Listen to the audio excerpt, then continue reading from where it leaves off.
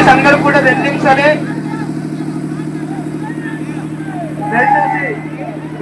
మాట్లాడాలని చెప్పేసి విజ్ఞప్తి చేస్తున్నాం. మీరు క్షమించాలి. ఈ కార్యక్రమాన్ని ఉద్దేశించి మాట్లాడవలసిందిగా కోరుతా ఉన్నాం. సీతారామరాజు జిల్లా కేంద్రంలో ఆదివాసుల మహాధర్నా ర్యాలీ కార్యక్రమం నిర్వహించడం జరుగుతుంది. ఈ యొక్క ప్రధాన ఉద్దేశం ఆదివాసీ ప్రాంతంలో రాష్ట్ర ముఖ్యమంత్రి చంద్రబాబు నాయుడు గారు ఆదివాసులకు ఇచ్చిన హామీ 100% రిజర్వేషన్ అమలు చేస్తామని, జియో నెంబర్ 3కి బదులు ప్రత్యామ్నాయ జియో తీసుకొస్తామని చెప్పి ఇచ్చినటువంటి హామీ అమలు చేసి ఆదివాసీ ప్రాంతంలో ఉద్యోగ ఉపాధ్యాయ నియామక చట్టం చేయాలని చెప్పేసి ఈ మహా ర్యాలీ నిర్వహించడం జరుగుతుంది. అంతేకాకుండా ఆదివాసీ ప్రాంతంలో ఆదివాసులకి రక్షణ కవచంగా ఉన్న గుండెకాయలంటే 1/70 చట్టానికి రద్దు చేయాలని చెప్పేసి 1672 మంది సుప్రీంకోర్టులో పిటిషన్ దాఖలు చేశారు. దీనికి వ్యతిరేకంగా రాష్ట్ర ప్రభుత్వం ఆదివాసుల పక్షాన్ని నిలబడి ఖచ్చితంగా సుప్రీంకోర్టులో ఇంక్లూడ్ అవ్వాలని చెప్పేసి డిమాండ్ చేయడం జరుగుతుంది.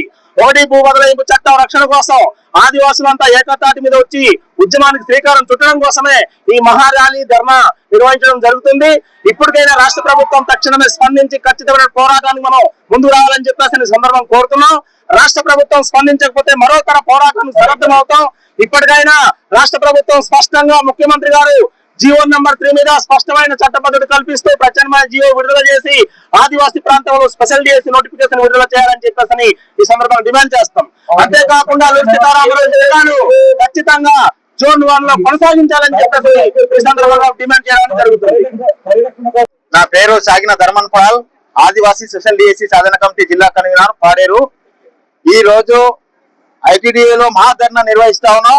ఈ మహాధర్నా ఒక ముఖ్య ఉద్దేశం ఆదివాసీ ప్రాంతంలో స్పెషల్ డిఎస్సీ నోటిఫికేషన్ విడుదల చేయాలని చెప్పేసి 170 చట్టానికి సుప్రీంకోర్టులో ఇంక్లూడ్ అయ్యి రాష్ట్ర ప్రభుత్వం మొత్తం బలమైన వాదనలు వినిపించాలని చెప్పేసి మేము ఈ రోజు ఈ నిరసన కార్యక్రమం నిర్వహిస్తా ఉన్నాం.